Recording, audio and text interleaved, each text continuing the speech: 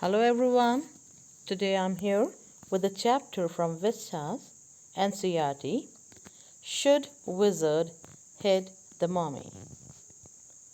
Before we move on to the chapter, let's know about the author, John Hur Updike. He was an American novelist, poet, short story writer, art critic, and literary critic. One of only 3 writers to win the Pulitzer Prize for Fiction more than once. Updike published more than 20 novels, more than a dozen short story collections, as well as poetry, art, and literary criticism, and children's books during his career.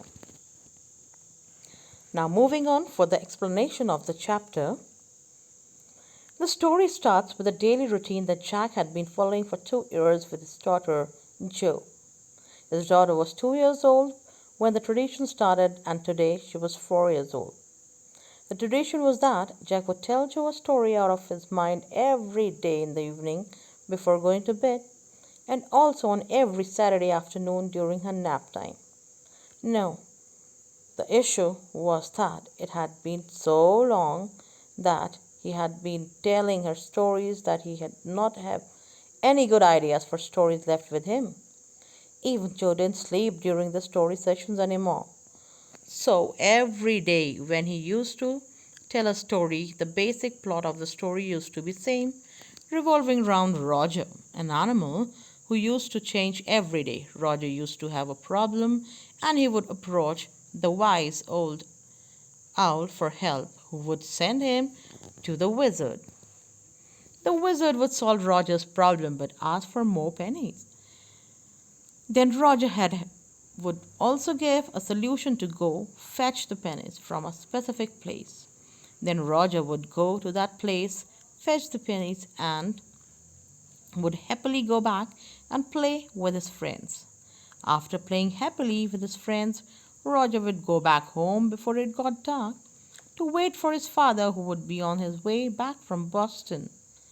Then Jack would describe what all Roger and his family had for dinner and then end the story.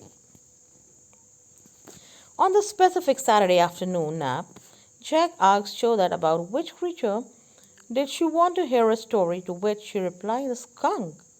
So Jack started the story with Roger's skunk, who was a very stinky animal. None of his friends liked to play with him. One day he went to the wise owl and shared his problem.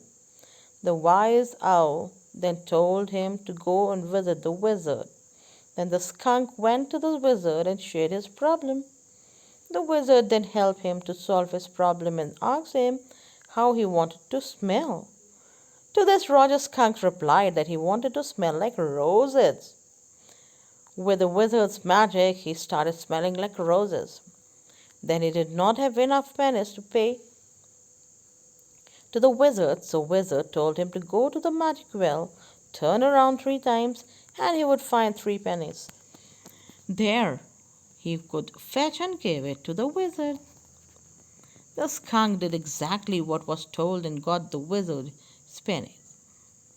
Later, he went out and all the other animals gathered round him, as he was smelling very good. But when he went home, his mother did not like the smell and asked who had made him smell like that.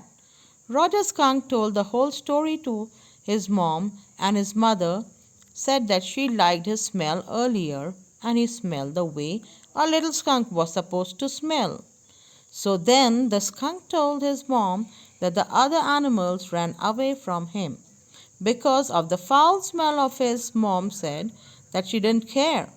She took him right back to the wizard, and as soon as the wizard opened the door, she gave him one blow in his head with her umbrella, and the wizard changed the skunk smell and he smelled foul again.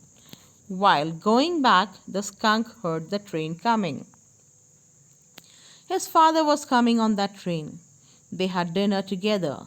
When the skunk was about to sleep, his mother came to him and told him that she loved him the way he was and there was no need to change.